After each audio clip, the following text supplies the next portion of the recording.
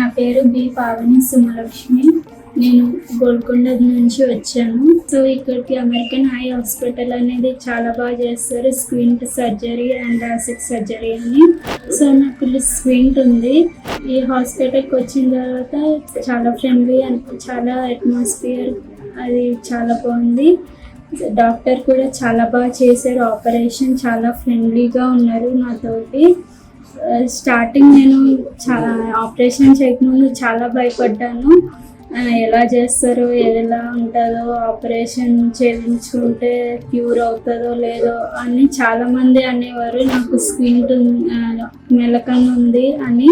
So నేను చేయించుకున్న తర్వాత నాకు అప్పుడు ఆపరేషన్ చేపిస్తున్నప్పుడు నాకు అంత భయం అనిపించలేదు. Thank you Shruti. Thank you American eye hospital.